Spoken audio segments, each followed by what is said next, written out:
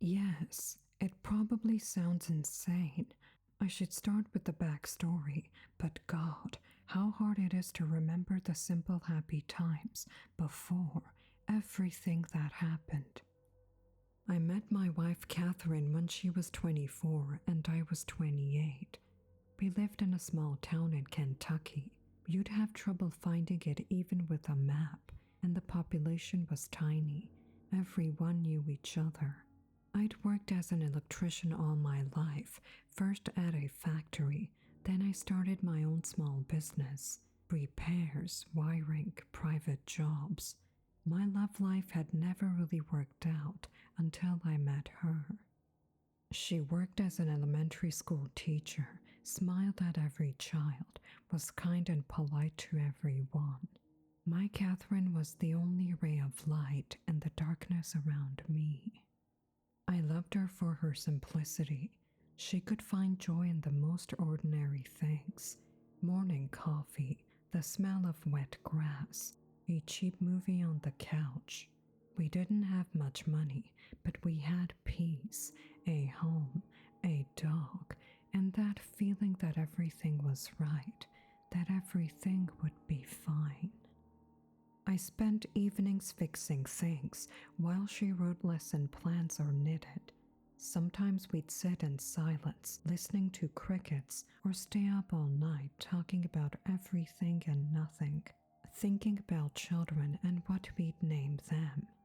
Back then, it felt like life had finally found its meaning. The problems began maybe 2 months ago. At first, small things. She started having trouble sleeping, then began looking at me strangely as if something in my face disturbed her. I asked if everything was okay, and she laughed. Sorry, just tired. The kids at school are driving me crazy.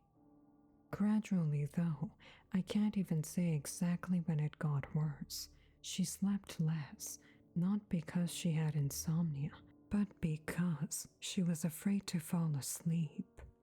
I asked her what was wrong, but she said she was fine. Still, when we lay together, she'd suddenly get up and go into another room, returning only at dawn. She started having nightmares, but never told me what they were. One day, I lost my temper. You have to understand, I was just worried about my wife. From the lack of sleep, she started to look worse. Dark circles under her eyes, red eyes, pale skin. She lost weight, and every time I tried to help, she pushed me away. So I sat her down across from me and directly asked what she was dreaming about. She was silent for a long time, trembling and glancing at me furtively, as if she was afraid. And then, when tears began to roll down her cheeks, she whispered, "There's a man in my dreams. God, I'm scared, Tom." I went to hug her, and when I reached for her, she flinched, as if I'd frightened her. After that, things seemed to get better, or so I thought. How wrong I was. She used to ask how my day went, but now she just stared out the window. With each passing day, she spoke to me less and less, her words short and dry. And then she'd go to the bathroom or kitchen for some errands, closing the door behind her. And it wasn't just the silence, her eyes had changed. If before they were green emerald-like, full of life and love, now her gaze made my spine go cold. There wasn't anger or hatred there, no, it was something closer to mistrust. Wariness, as if she was seeing me for the first time.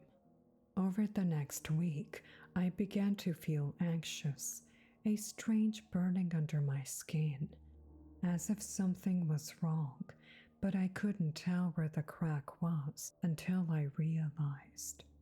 She was studying me. When When I drank coffee, I could feel her eyes on me. I'd look up and she'd immediately turn away, pretending to slice fruit, but her fingers trembled and the knife froze halfway to the board. I'd step outside for a smoke, and when I turned around, I'd see her peeking through the curtain, then she'd instantly close it. When I showered, I'd catch her watching me, studying my body, then she'd run away. She started doing it even while I slept. She almost stopped talking to me, instead writing something in a notebook and hiding it as soon as I entered the room. Photos began to disappear from their frames. She'd talk on the phone with someone, but hang up the moment I came in. I made an appointment with a psychologist for us, but she refused, said she was afraid to be near me. It all happened so suddenly. It seemed just yesterday we were stargazing in each other's arms, and now this. The strangeness grew every day. Sometimes she asked me to sleep on the couch. I agreed, hoping it would calm her, but it was useless. Her paranoia only worsened. It got to the point where, when I tried to hug her, she screamed, "Don't come near me," and flinched as if I'd hit her. After one of those nights, I decided I had to find out what was really going on, even if it meant taking her to a doctor afterward. I pretended to be asleep when she stood in the hallway. Then, she slowly approached soft, careful steps. She stopped at the foot of the bed, and for several seconds, there was a dead silence, broken only by her uneven breathing. I could feel her watching, not just watching, comparing. That's when I became truly terrified, a cold dread twisting inside me as my wife became something I couldn't recognize. Then, the bed shifted slightly. She sat down on the edge. The air grew heavy. I could feel her stare physically, like pressure on my skin. Then her cold fingers gently touched my wrist, held it for a few seconds, then quickly let go, as if burned, and whispered, "Pulse faster than Tom's." My heart clenched so hard, I nearly twitched. She leaned closer. I could hear her breathing against my face, short, shaky. She smelled of lavender and something sour that made goosebumps crawl down my back. Her lips barely moved. I remember clearly, Tom had a small scar right here. She touched my cheek, but you don't. I clenched my teeth to keep from gasping. Those few seconds of silence lasted an eternity. What scar? I never had a scar on my cheek. I'd know if I did. I wanted to sink into the ground and scream all at once, but I kept lying still until I heard a choked sob and her fading footsteps. The door slammed. I opened my eyes, my heart pounding furiously. I didn't sleep for the rest of the night, too afraid to close my eyes. In the morning, I went to work early, dreading the hours until my shift ended. That evening over dinner, I said, "Kate, we need to talk. What's going on?" She gripped her fork so tightly, her knuckles turned white, then looked me dead in the eye. "Tom, you've been acting strange." "What do you mean?" "I don't know. Sometimes you look different. Sometimes your voice sounds wrong. You even smell different." I didn't know what to say. My head was chaos, and somehow I just laughed. "Kate, maybe you're just imagining things." "I don't know, Tom." My eyes fell on the knife rack. There was a clean strip of dust where the largest kitchen knife should have been, the one we used for everything: bread, meat, anything. I distinctly remembered it being there before that night. My heart slammed into my throat with a primal panic. I looked at Kate, and she was staring right at me. I wanted to speak, but couldn't. It hit me then. My wife might be planning to kill me.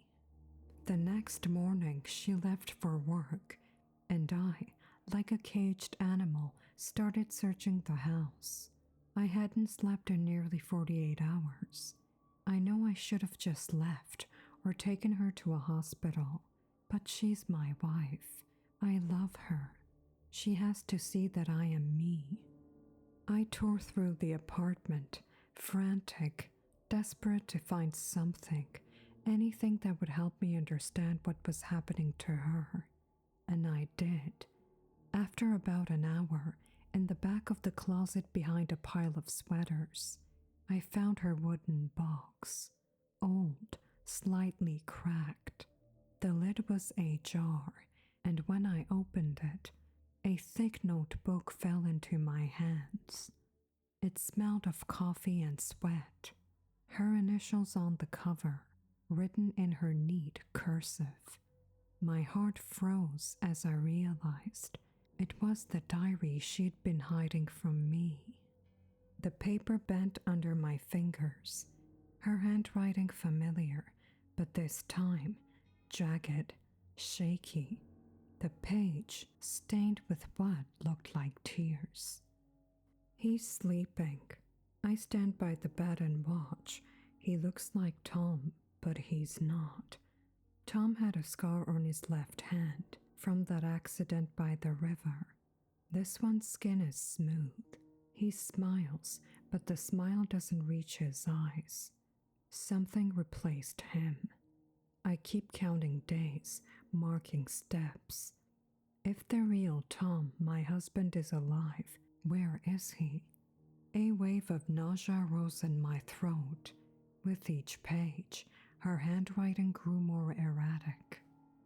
I tested his speech. He says I love you in the same tone, but without warmth, not like before. Tom smelled of vanilla, but this one smells of dust and cheap cologne. I couldn't believe what I was reading. My knees trembled. The air around me tightened like a noose. I flipped to the last page. I can't let this thing stay in our house. It wears his smile, his name. I tried talking to it, begging, but it just smiled and said all the right words. It didn't defend itself, maybe because it isn't afraid. Its right hand twitches when it lies. I could have killed it today, but for some reason I couldn't. I know I have to, for Tom. I won't let some monster wear his skin. My hands were slick with sweat. My whole body was sweating, even though the room was cold. I placed the diary on the bed and sat down, trying to process everything I'd just read. An accident? God, she was exaggerating. All that came out of it was a concussion and some bruised ribs. I stayed in the hospital for about a week. Yeah, 7 days. Then my phone rang, making me jump. It was Sheriff Martin, a kind old man I'd known for years. Tom, everything all right over there? Catherine called. Said someone's living in your house pretending to be her husband. I froze. What did you say? Says you're not you. I've known her for years, always seemed stable. Domestic quarrel, huh? No, just stress. She's tired. Evening came slowly.